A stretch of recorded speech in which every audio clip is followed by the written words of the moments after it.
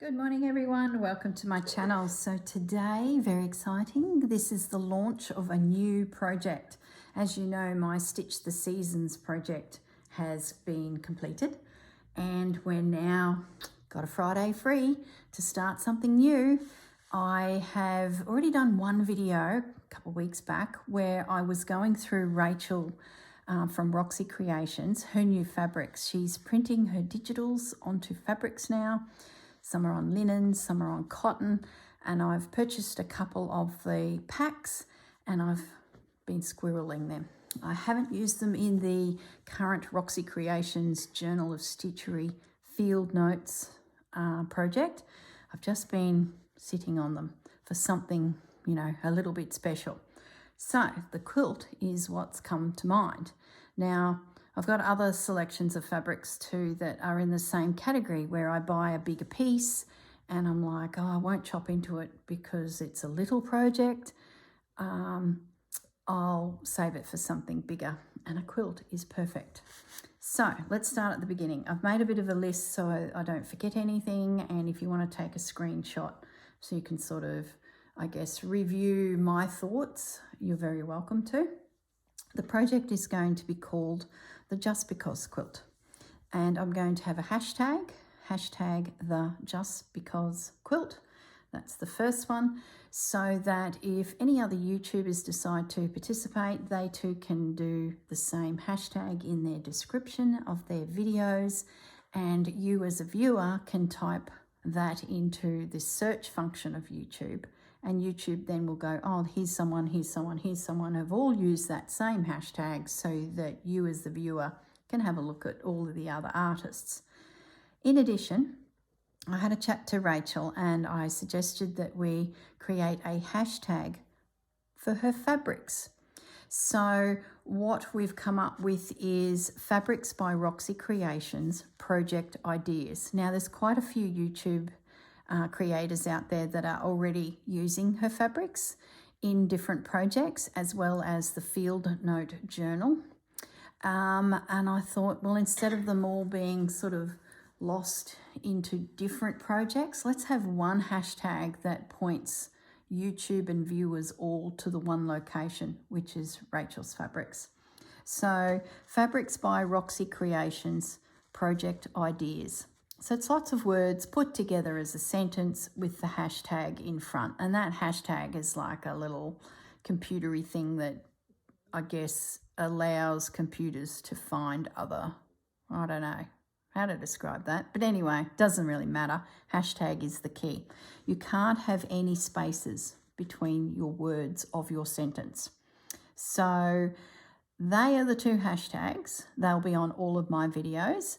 And I guess if there's any YouTubers out there that are already playing with Rachel's beautiful fabrics, start adding Fabrics by Roxy Creations Project Ideas, the hashtag, and it'll just sort of bring it all together for Rachel.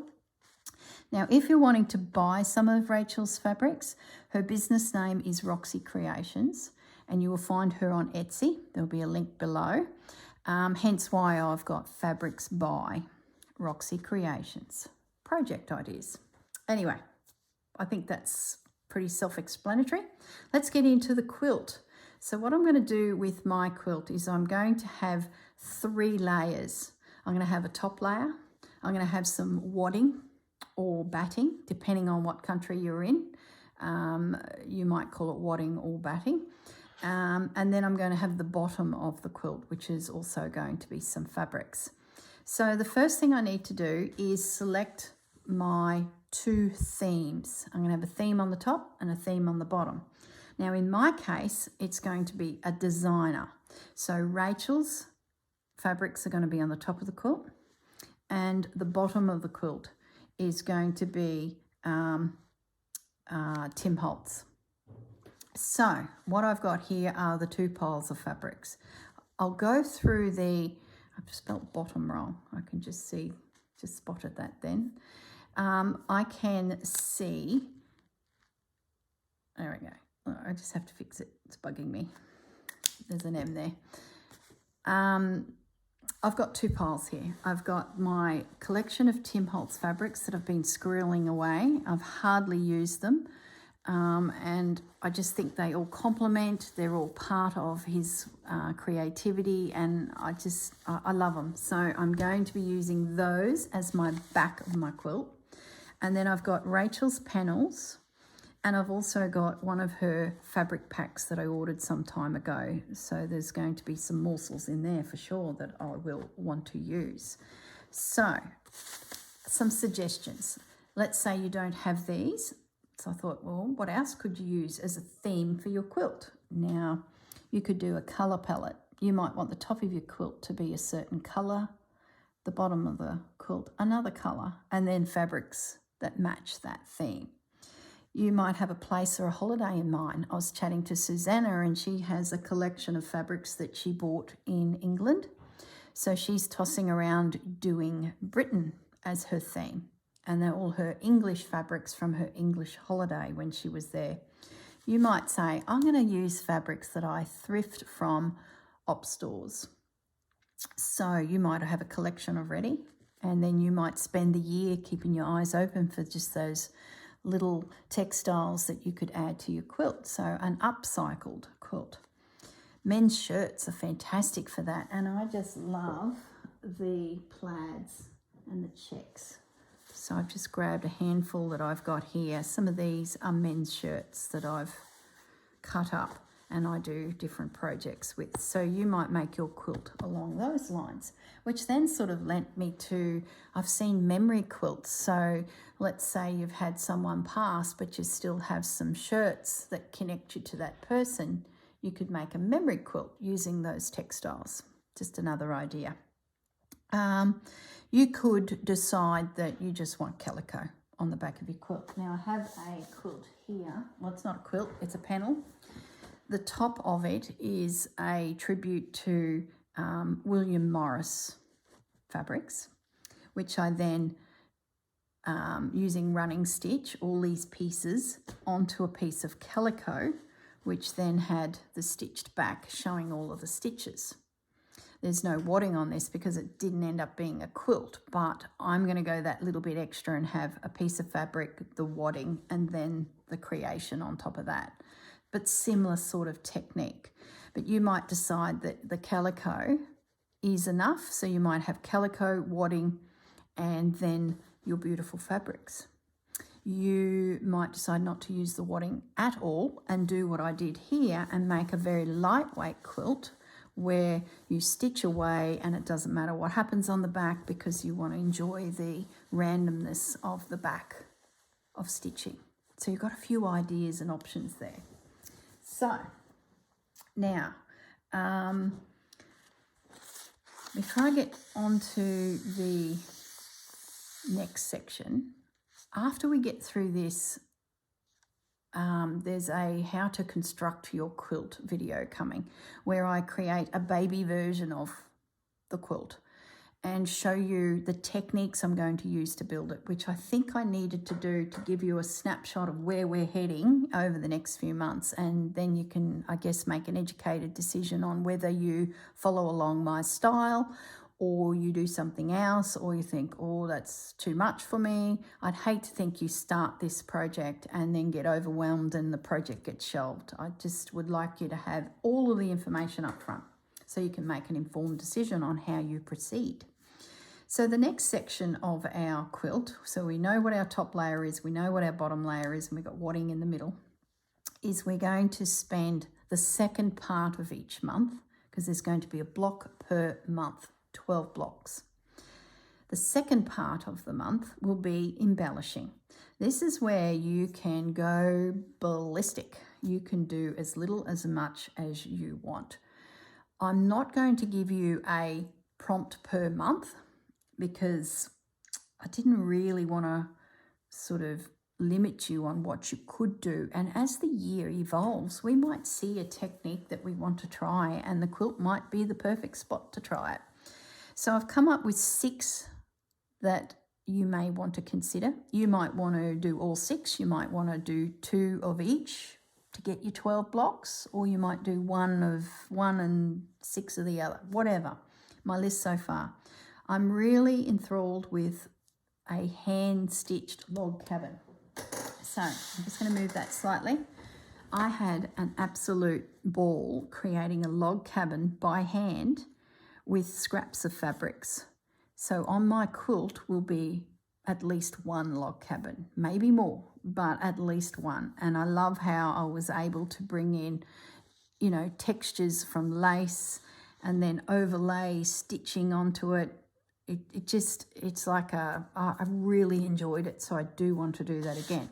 You may have some old log cabins that you've been squirreling away that you could work into your piece, some antique log cabins.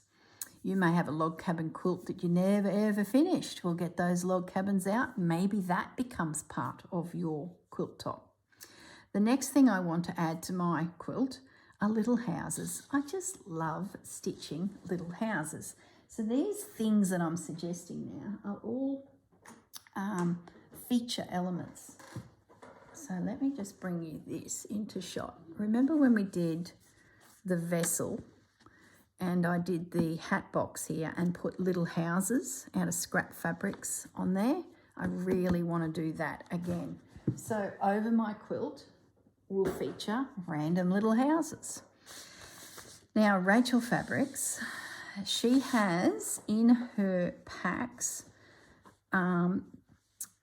feature elements like butterflies or smaller images of flowers. So some of these will come into my quilt. So keep a thought, I guess, for fabrics you may have in your stash that have just a beautiful bird or a flower, or, you know, that could be your element. What else have I got here? Old fabrics, for example, linens, and then stitch onto them. So I've got neutral fabrics here that I think I could lay on top of my quilt top, and then in that little morsel, let's say it's, you know, only that by that, I could do some embroidery. So that's also a suggestion for a feature element. Needle turn applique. Oh my goodness, isn't that a rabbit hole? You might have some books that have some needle turn applique and there might be something in there that caught your eye and you might want to just add it to your quilt just because. So for example, remember the Easter panel I did Bunny. Now he was a pattern for a 3-dimensional rabbit that stood on a stand. So I used the pattern to create the bunny and needle turned him and stitched him down and then embellished him. There's also some flowers here that I got from a Japanese textile artist book that I had. So that's what I mean. Just because you like the technique, well, add it to your quilt. What else have I got here? Oh, of course, the old faithful English paper piecing activities and yo-yos, you know, hexagons and shapes and stars, and oh my goodness, that's just a whole rabbit hole. So you might decide for the month of December you're going to do as your feature element a bit of a tribute to English paper piecing.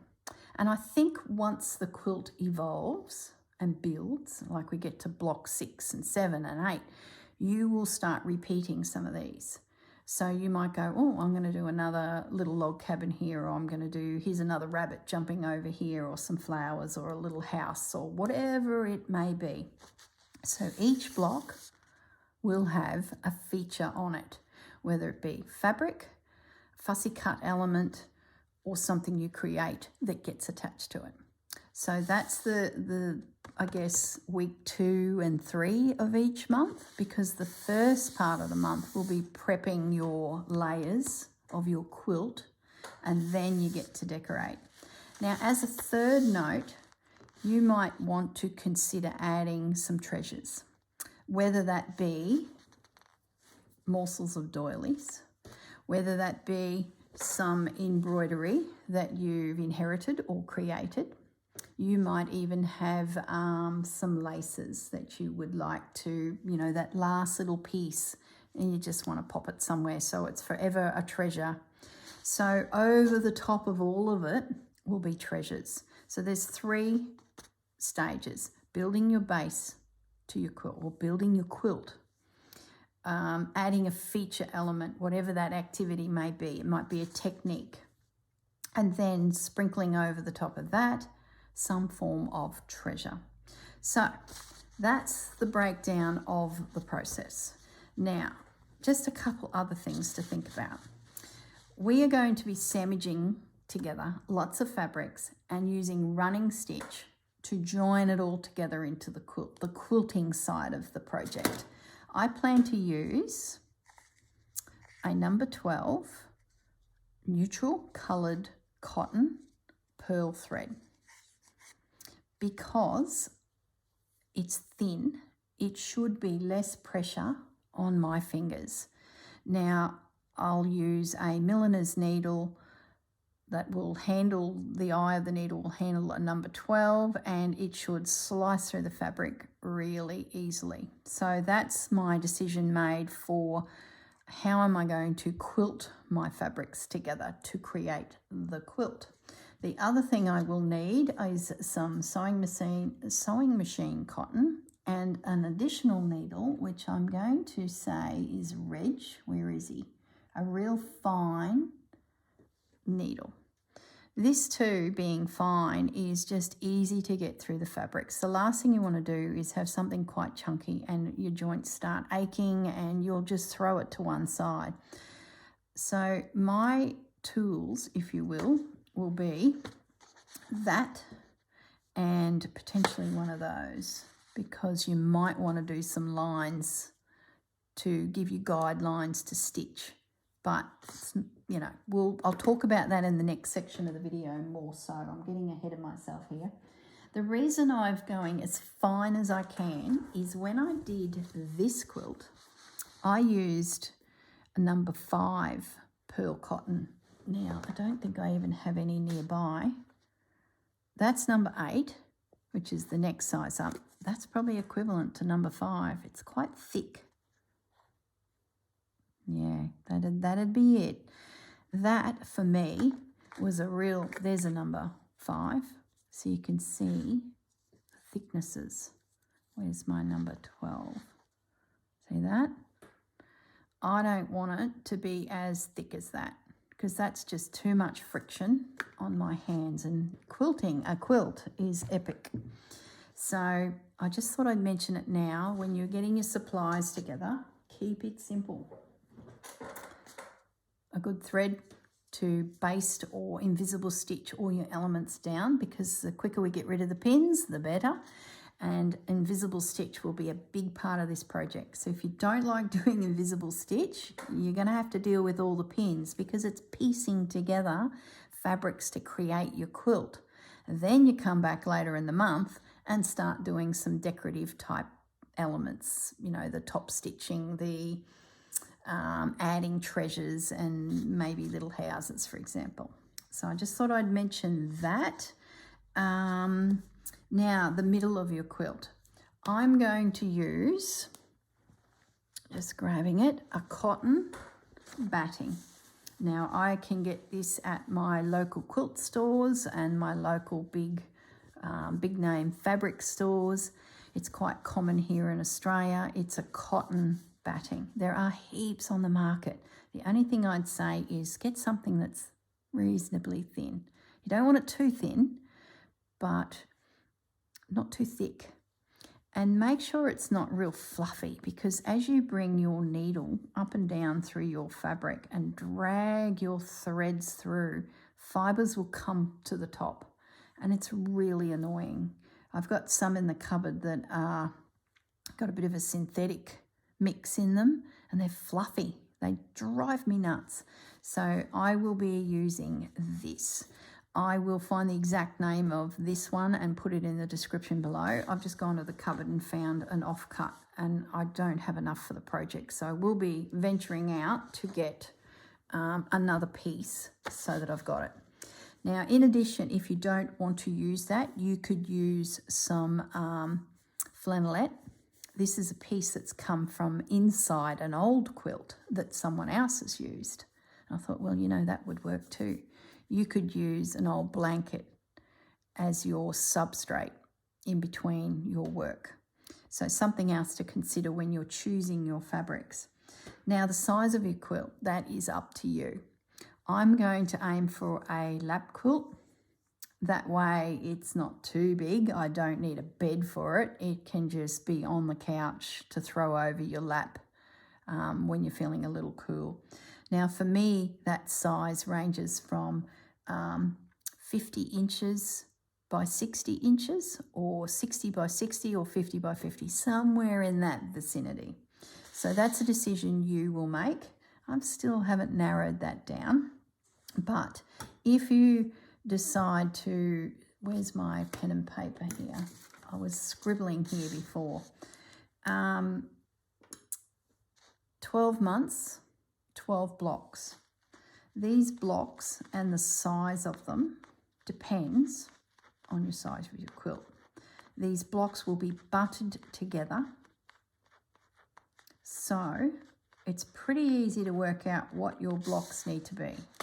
Let's say you want, for ease, I'm going to say 51 centimetre wide, 51 inch wide quilt, and there'll be 3 blocks divided by 3, 17 inches. Then you go, well, it's going to be 60 inches deep with 4 blocks. There's my 12. 60 inches divided by 4 blocks is 15 inches. So that's the size that each block would be. And when you get to the next section of this video, you'll get a little bit more detail on how you prepare your quilt. I will be cutting each block into the size that I decide is going to be my quilt. The wadding is the exact size of the block. There's no overlap, there's no extra needed. The wadding is the block size, if that makes sense. The next video will really explain it. So I guess in the meantime, you need to work out how big you want your quilt and then divide it out into 12 months. If you think 12 months is too much and you want to do 9 blocks, go for it. If you want to do 4 blocks, go for it. It's entirely up to you how you divide your quilt up. You might find 4 is enough. So you've got 1 per season, 1 every 3 months. So in that case, 54 divided by 2, your blocks would be 25.5 inches, and this guy would be 30 inches. Okay, it's up to you. It's entirely up to you. I might even get sick of doing the same size block, and I might have some that are bigger and some that are smaller. I'll still have 12, but I might get a little bit crazy and do, you know, like, let's challenge ourselves here. Let's say I do something like that, and they just come together in a mishmash and there's no actual block size. Okay, something else to think about. Who knows what Corinne will do there, but anyway, that's just, you know, my thoughts. So what do I want to do next? I've shown you my top, which is going to be Rachel. I've shown you my underside of the quilt, which is going to be a tribute to Tim Holtz. There's heaps of designers out there. I'm sure you could do even a Tilda fabric range. You could do a French General fabric. Oh my goodness, it's endless, guys. Part of my features, select a feature element for each block, might be fussy cutting out some flowers. I haven't written it on my list, but I grabbed them as I come to the table.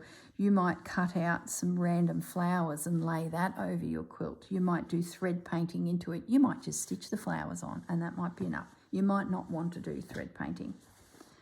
These are just some old upholstery fabrics that I've had in my stash. Maybe I'll fussy cut some of those pieces out. Who knows? You've got 12 months. You don't need to make decisions on every block. I personally wouldn't, because you know what will happen? They will see some new technique out there on YouTube and go, oh, I wouldn't mind trying that, but where am I going to put it? How am I going to use it? Pop it on your quilt. Now, the next thing I wanted to show you. Let's say you don't want to go through the palaver of creating a quilt. You might have in your stash, I'm just going to clear the deck here a bit, guys. You might have in your stash a quilt that you could use as your base. So this is the cheats way of doing it. Let me just move my notes out of the way. We've pretty much covered it all.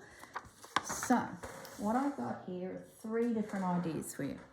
This here was my strong contender of an idea for a little bit, and I thought, no, I'm going to do it from scratch. This is a camphor quilt that I picked up at the local markets. I love the Indian block printing that is on this side, but I can't stand the colour that's on this side. Some of the fabric's okay, but ugh, I just can't stand it. So what I thought is, if this was my base, let's get a corner, I then reach down to Rachel's fabrics here, and I might go, oh, I like that, chop that off, and I lay that onto there. Then I go find another fabric, and I'm just leaning over the chair here to grab something. I cut a piece of that off, and that then lays in here.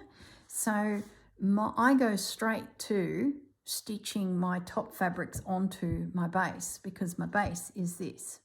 That might be something you want to do. Maybe you've got a quilt in your cupboard that you could embellish without having to worry about the substrate or the back.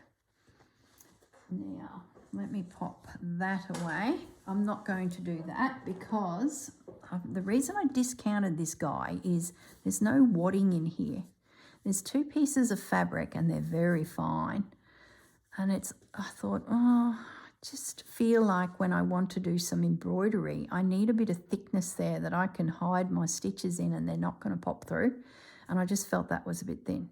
So just think about that. If you're not going to embroider and you just want to lay down some fabrics and just do basic running stitch, and it can come through here and become a beautiful collection of stitches, it might be perfect for you.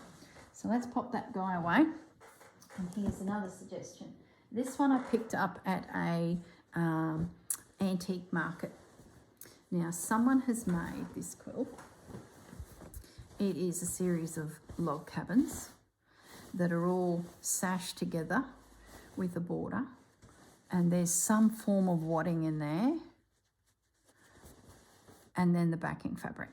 Now, it hasn't been technically quilted. Like if you were to take it to a machine quilter or do it by your hand, you could add more stitching and it'd really bring it together. So it's quite puffy. And I've kept it and I'm thinking, oh, what could I do with it? One day it'll be something. Whether I give it to a machine quilter to finish or I do it myself. But then I thought, well, look at the back of this. What if this became your surface of stitching? So bring back those Rachel fabrics and you start piecing on here your fabrics.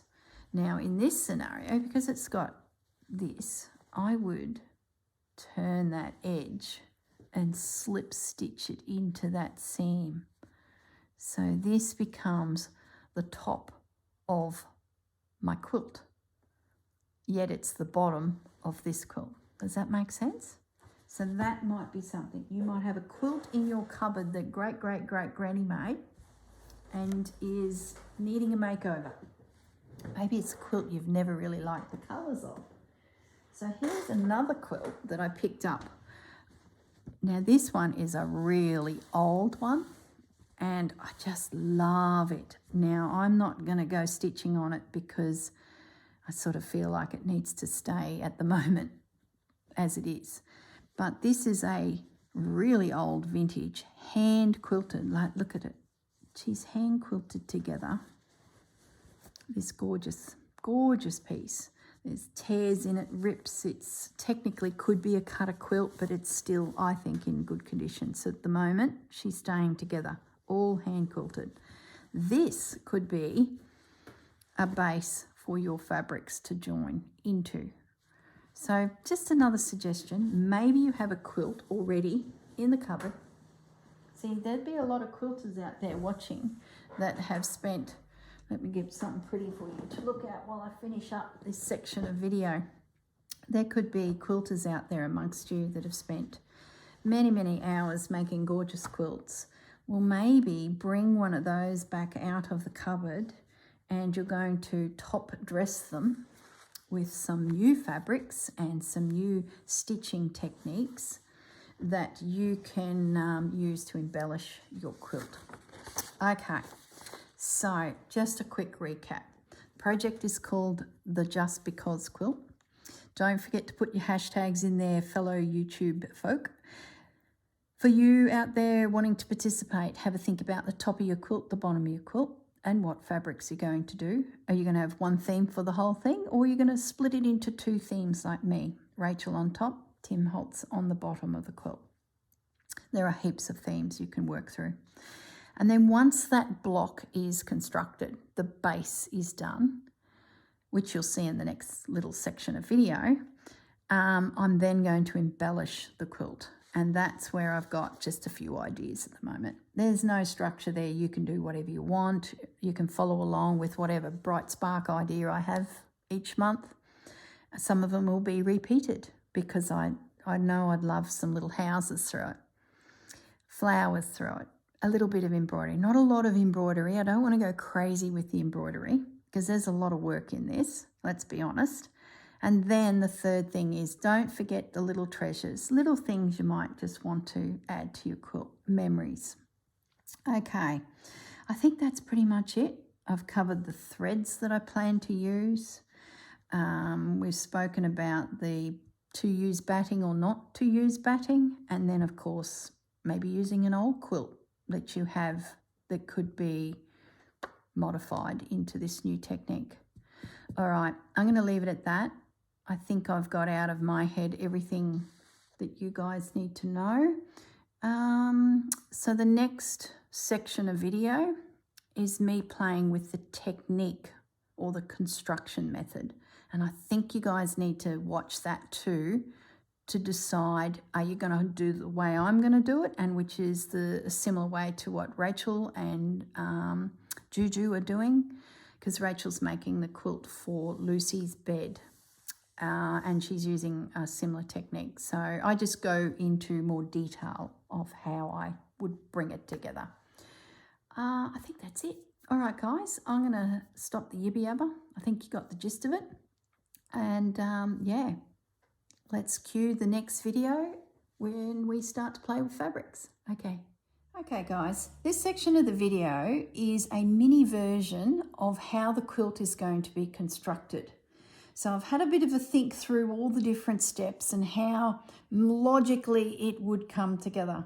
So what I've done for this example is I've cut my batting or my blocks to the exact size I require them. So in this scenario, they're 5 inch by 5 inch. And once they all get attached together, let's imagine there's 12 of them because I'm planning to do 1 block per month.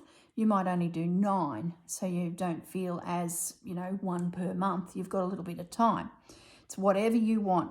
The main thing is to know your overall size of your lap quilt and then divide it down into blocks and cut your wadding to size. The next thing I want to do to keep it simple is I'm going to focus on the back or the underside of the quilt. So if it's on your lap, it's the fabric touching your lap.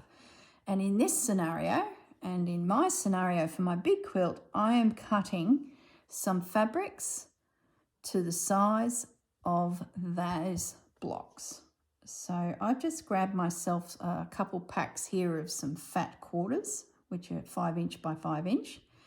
Now I have the back of my quilt featuring my favourite fabrics in position.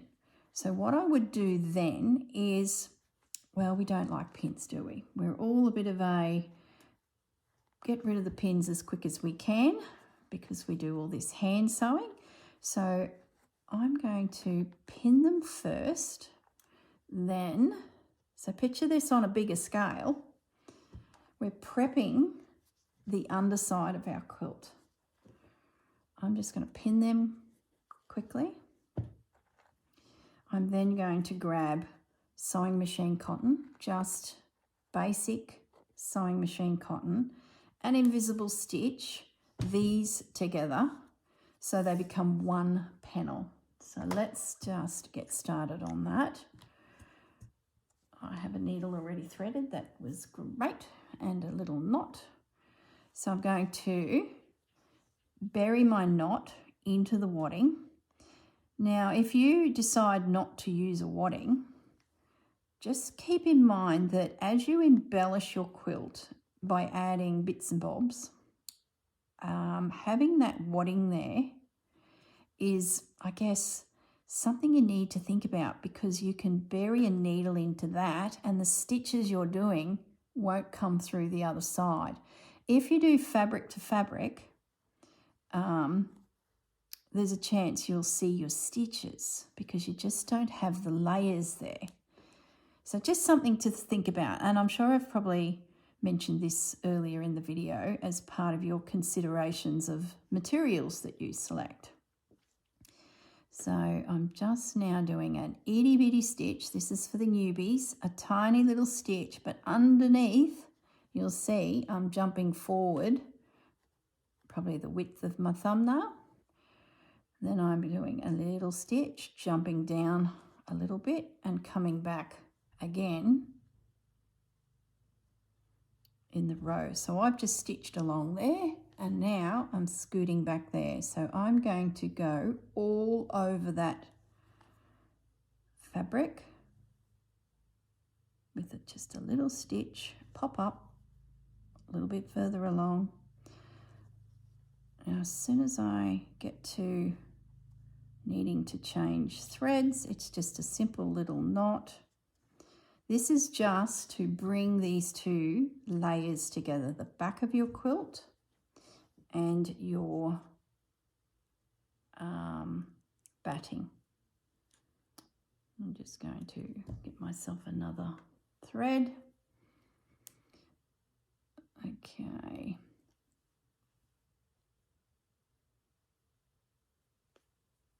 And I do a little knot to hold the needle in place because I am sick of threading needles all the time. And I just put a little knot at the end there, doesn't go anywhere, I don't lose it, and I'm ready with a knot at the end. So where did I finish off there? There we go. Through we come, and once again. Now you can do as much or as little of this as you want on your panel or your block. You might want to do rows like I am here, or you might feel that just doing some diagonal stitches like that is enough. I probably wouldn't just go around the outside because it tends to then get puffy, your fabric. And then you sort of get these lumpy little bits in the center where air is sitting. So at the least amount of effort, do this, maybe then that. But if you've got time, you will get a better piece of work if you do your rows, because you're really pulling those layers together. Okay, let's assume that I've done that.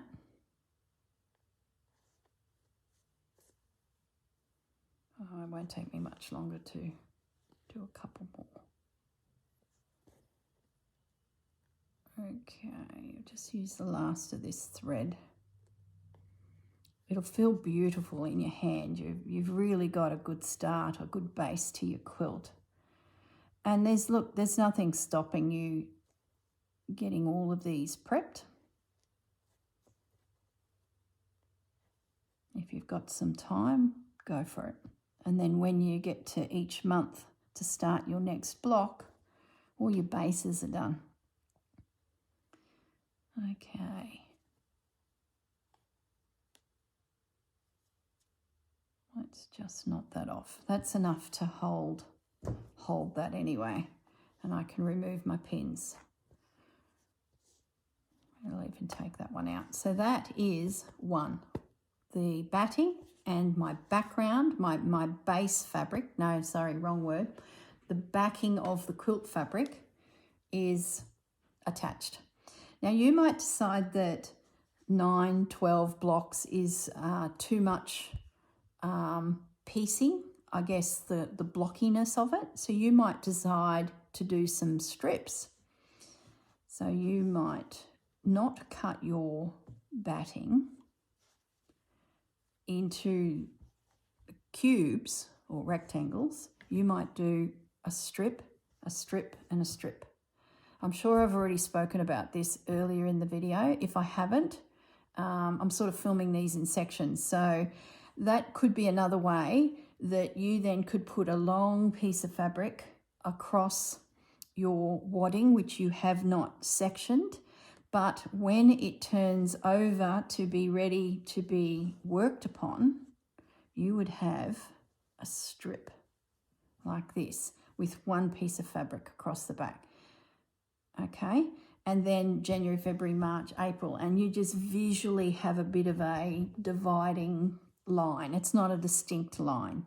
Does that make sense? So that's another way you could approach the prep of your back of your quilt. Now, something else that in saying that, let's say you've cut a long section. It's the width of your quilt, but 15 inches high, but 50 inches wide. You could then, when you lay down this strip of fabric, you could have a play and piece together your strip here with your invisible stitch with lots of different pieces of fabric. It's entirely up to you. You might do one piece, you might do numerous pieces, or you might do that. So you've just got your blocks ready to go with a nice piece of fabric on the back. Now, the next thing is it's time to work on the top of the quilt, which is the month of stitching. So these get put aside. They're ready for a rainy day. This is the top. This is where we get to play.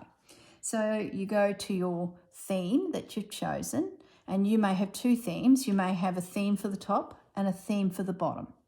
So in this case, let's pretend this is my theme and I'm prepping now my actual block. So I might say use my collection of fabrics, whatever that may be, and piece together the top part of my quilt. Where's that pink one? That looks really cute. Okay, so if you're going to use a technique where they overlap, which we are, you can see that I've cornered myself in here. This is the neat edge. This is the could end up on another block edge. So what I would do now is once again pin all of these fabrics down like we just did. And because we've got wadding in there, we can invisible stitch these pieces down. Gets rid of those pins. Oh, that's a blunt pin or a dull pin, I think the dressmakers would call it.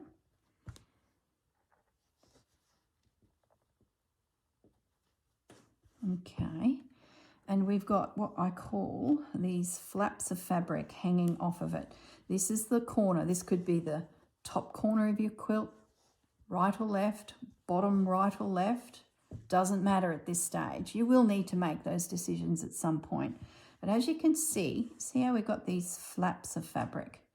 Now at this stage, I would leave those.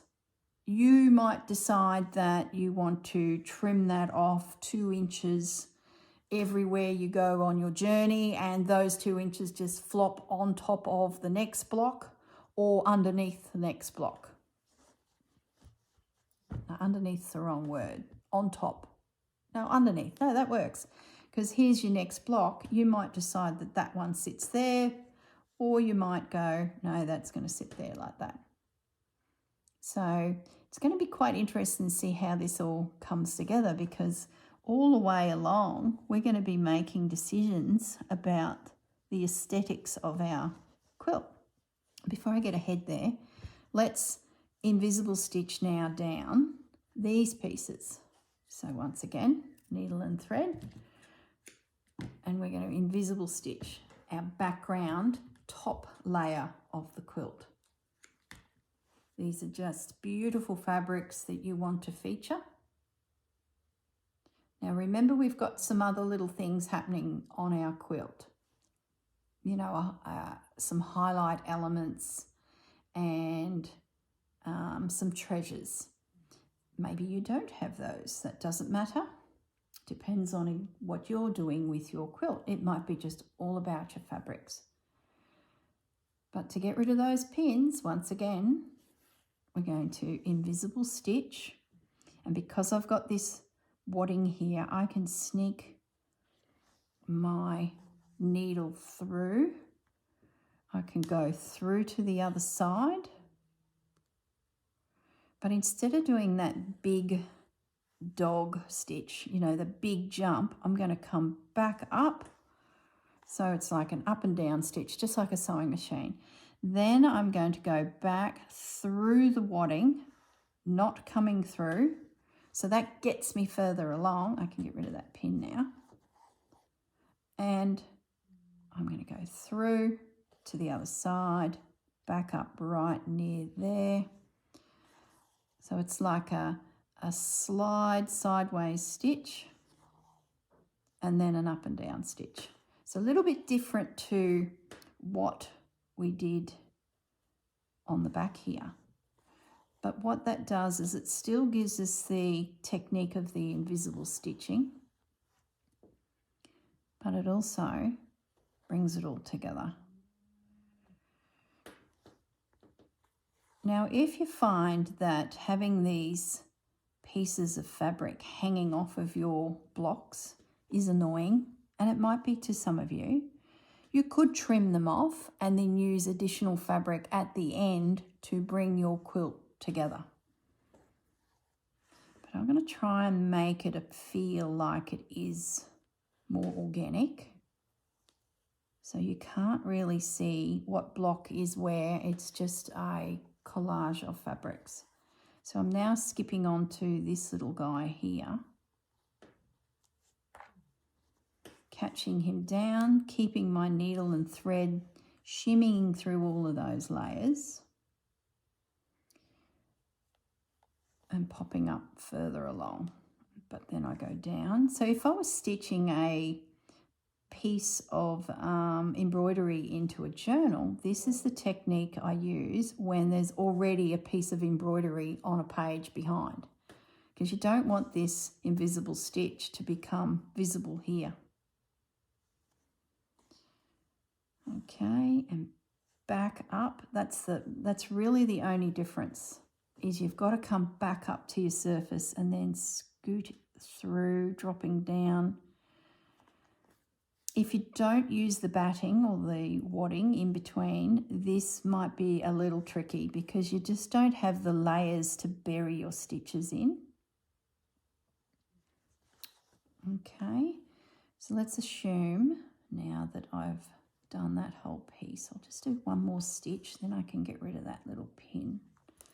So now my background for the top of the quilt and the fabric on the back of the quilt are now one through invisible stitch. Okay, so let's pretend that's all one piece of fabric now, and I've got my overhang bits which will come in handy. They might get trimmed off, they might be added to, who knows? That's a decision for another day. Try and forget about them if you can. It's going to be hard for me too because I like everything sort of in control and sorted. But this is, I think, the nature of this quilt. It's going to have that really organic feel to it. So now you might say, all right, I'm going to add a feature to my block. I might say then decide to put some embroidery or some thread painting or some top stitches. Actually, before you do that, sorry, I've missed a step. But, you know, it depends on how you want to do this. My next step would be the running stitch. So as I mentioned earlier, I'm going to use pearl cotton number 12. It's just a little finer. Now I have used thicker in the past, which I've already talked through with you, but it's pressure on your hands and your joints. So I'm going to make it easy on myself. I'm going to use a nice sharp needle. I'm going to use a nice fine number 12 pearl cotton, and that is going to be my running stitch. So while I'm thinking about the decorative elements, which is what I just jumped to a second ago, jumping ahead here, I need to stitch down my pieces with the actual running stitch that I'm going to be doing. Now, you might decide to go up and down on everything. You might decide to do some up and down and some horizontally. It's up to you. And as I mentioned earlier, you could do circles, you could do really organic stitches. You might even put some feather stitch through. You might put some herringbone stitch. This is just the basic stitching down of all of your layers. I guess the quilting of your quilt. Nice, simple stitch. They can be close together, wide apart, whatever you want to do.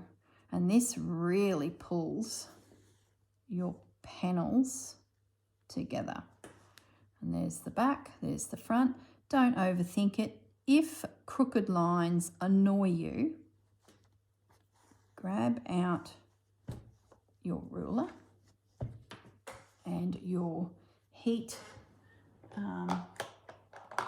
soluble pen, your friction pen.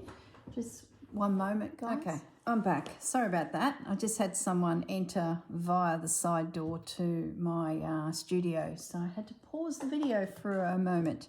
So what I was talking about was pulling out your ruler and with your heat soluble pen, the friction pens, which are now everywhere. I can even get these at my grocery store in packs of different colours. So if you're new to all this, this is definitely something you need to add to your tools. You can draw some lines for yourself. And let's say then, I have done this in the past because what I did notice is, let's say I'm watching a movie and just doing some stitching. Because the lines are there for me, I do not have to think too hard and be concerned that I have crooked rows. So if this is something that helps you, there are no quilting police here, and you can use those lines to rock your needle along, and you'll find that your quilting of it will come together quite quickly. So that would be the next step. So you've attached your fabric to here with invisible stitch. You've then laid your fabrics down for the top of your quilt, and in my case are smaller pieces. I'm now joining it all together into one panel. So technically, you have the start of your quilt. You have all layers quilted together. Now, because we are creative slow stitchers and we want to try all sorts of things on our quilt, we then, once this step's done, let's assume that I have stitched all of that. I then iron my lines away. I might have then come back and stitched across here, and then I might have done some more stitching here. I might have put some circles. I might have, who knows. I just had a thought about the Japanese stencils I have, where I could do some stitching that is some floral emblems. And anyway, oh gosh, there goes another rabbit hole idea. So now my quilt block is one, with these little overlays here ready for the next block to join it. So the next stage of our month would be, what are your highlight pieces? It might be a piece of stamped fabric. It might be a print of something. It might be a treasure you've gathered from something. This is when we can start embellishing our panel. So let's say I'm putting that in there and I then decide to do some stitching around it. I then have a piece of lace and I don't have one, so let's grab one. Let's say I have a morsel of lace, wrong colour, but just to give you an example, that might be stitched on. You might decide to put your yo-yos, your a piece of embroidery, your doily, your whatever. You might add a plain piece of fabric somewhere and then create a little embroidery on that. So that's the second part of each month where we collage, embellish and play on the top of our block. Okay, so I think that's pretty much what I wanted to cover in the construction side of things. I guess the only thing I could say, just to sort of keep reiterating the process, is when you, so that's January and this is February, you've got your back attached, you flip her over, you then might say, okay, you're going to slide in there. Here's those two flaps of fabric. So what you would then think, okay, well, let's add this one here. And maybe, do I have some other little bits? I might put that one. No, I don't like that. I need a piece of fabric, guys. I need a piece of fabric that matches. I can't believe how much thought I'm putting into. Maybe I'll just do that. It's just a practice quilt, Corinne. It's not a work of quilt. Goodness me, I can't believe I'm putting so much effort into this. But let's say that one goes there. And that might overhang a little bit. Where's my scissors? Let's have a little overhang.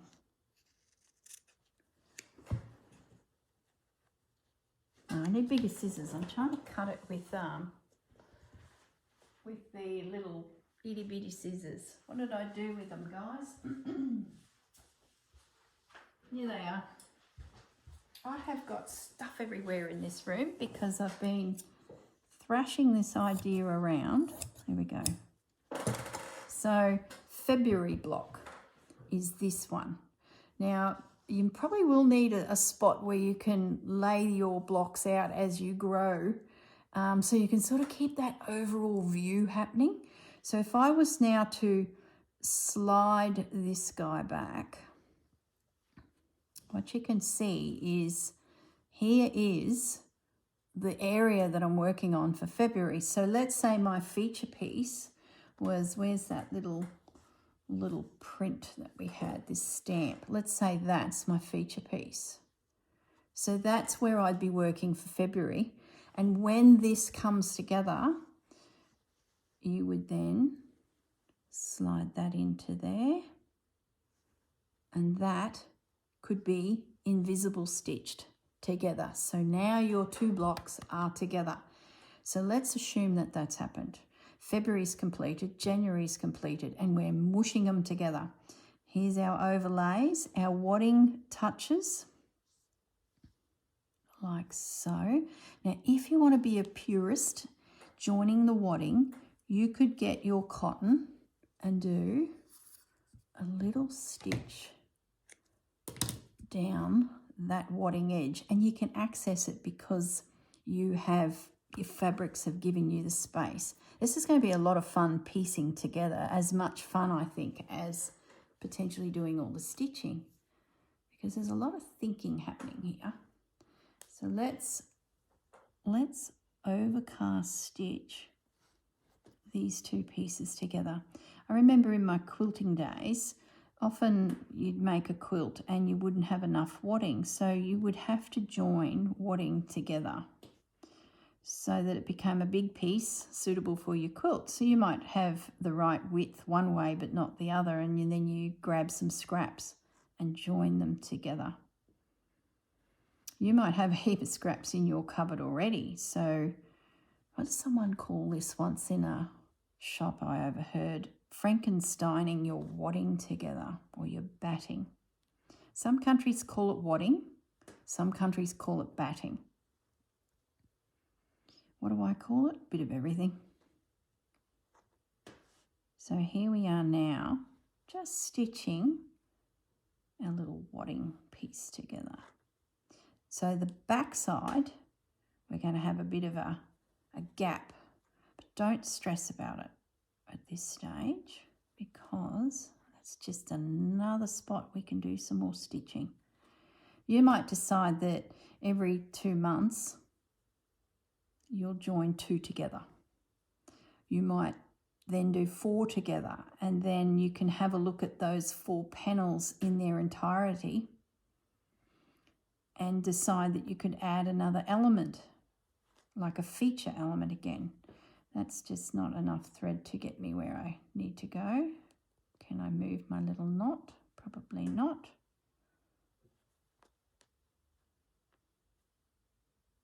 It's all right.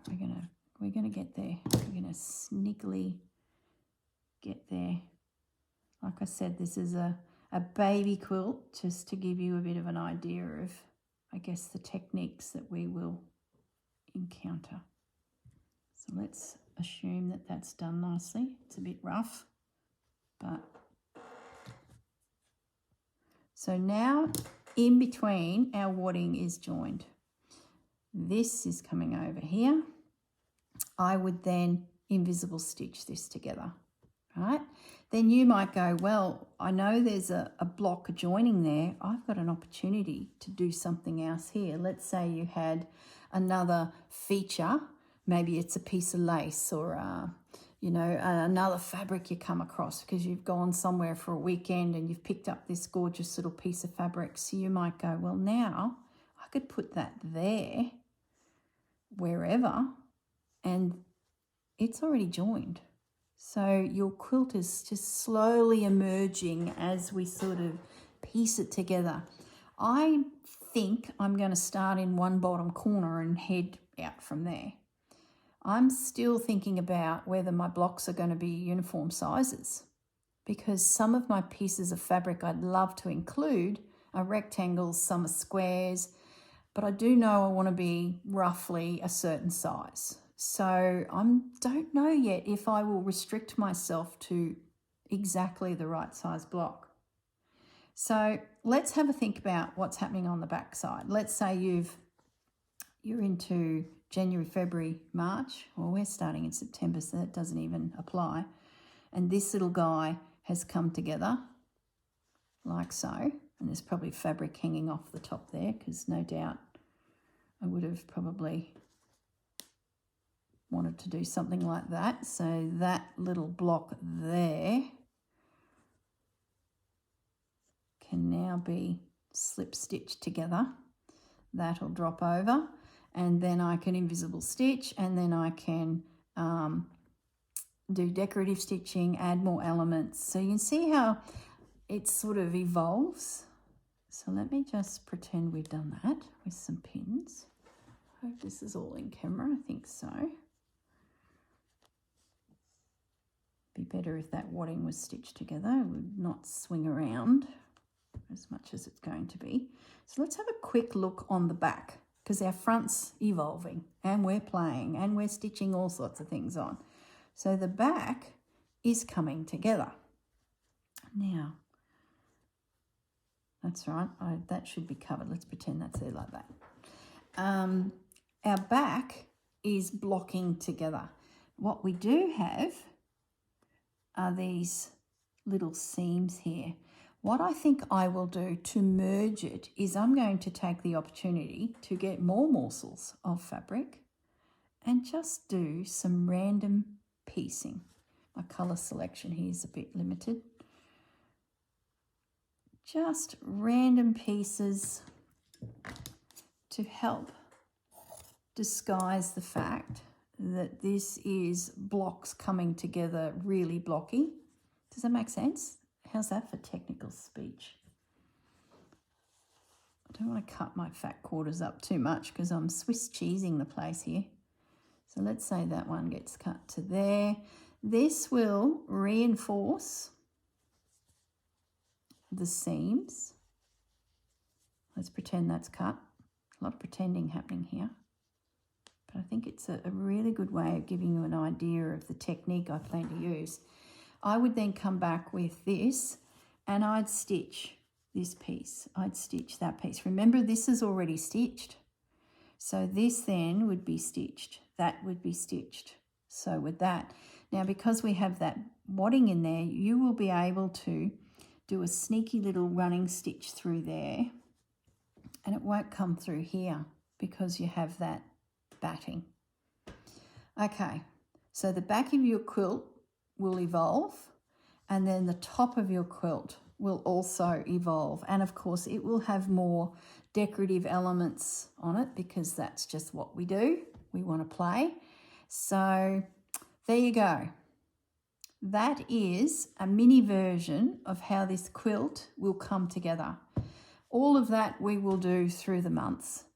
But I guess if you want to sort of have a think about the project to see if it's something you want to do, you sort of need to know where it's heading in the construction of it. So especially if you're a beginner, is it something you want to tackle? I think you can handle it because we're really working with these blocks that I think is pretty simple. And you've been doing mini blocks for journals with the Roxy girls for a couple of years now. If you've been doing some stitching, all we're doing now is pulling those pages from journals or snippet rolls or panels together into something a little bit more grander. And I think because of the technique of piecing things and then stitching a bit, invisible stitch is our secret here. I think the invisible stitch is going to mush it all together, and then we can come in with our top stitch, our decorative stitch. You might, once you get all of this stitching done, you might come through with a thicker, different coloured wool and do some decorative stitching. Like, it just is going to be something that will evolve, I believe. All right, guys, I'm going to leave it at that. I think I've talked your ear off enough. I'm pretty firm on the way I'm going to construct my quilt. Having done this has really helped me sort of, I guess, understand the techniques of it, the layers of which I'll need to do. So in a month, it could be put this on, invisible stitch it, flip it over, lay your, maybe week 2, lay your background fabrics, your special fabrics, and then do all your running stitch. So now you have a running stitched panel with bits hanging off, because sooner or later it'll bump into another panel. And then the last 2 weeks of the month might be, okay, well, what am I going to do on this to start building up the icing on the cake, the frosting, so to speak. And it'll be your treasures and your highlight fabrics or your log cabin, or, you know, see, the second part of the month will be adding your elements. And as the months go on, like I said, these blocks will start coming together, and then you'll go, oh, okay, well, we've got 2 joining here. There's an opportunity to sneak another little something there. So that's how I see it going together. All right, guys, welcome to the new project. I'm going to leave it at that. I think I've covered everything I had in my mind. Yeah, I think that's it. I will catch up with you next Friday. And because there's 5 weeks roughly, well, there's 5 Mondays, probably not 5 Fridays, now that I say that out loud. There's a little bit of time in this month to sort of get yourself going. And I think we will be all boots and all in anyway. So I think the fact that we've lost a week in the month, pulling fabrics together, getting our heads around the construction method, next Friday we will be off and running. All right, guys, I'm going to keep this to one side, and if we need it, I can pull it out to talk through any questions you guys may have in comments, and it'll sort of be our little practice play mini mouse quilt. All right, guys, look after yourselves, and I'll catch you next Friday. Bye.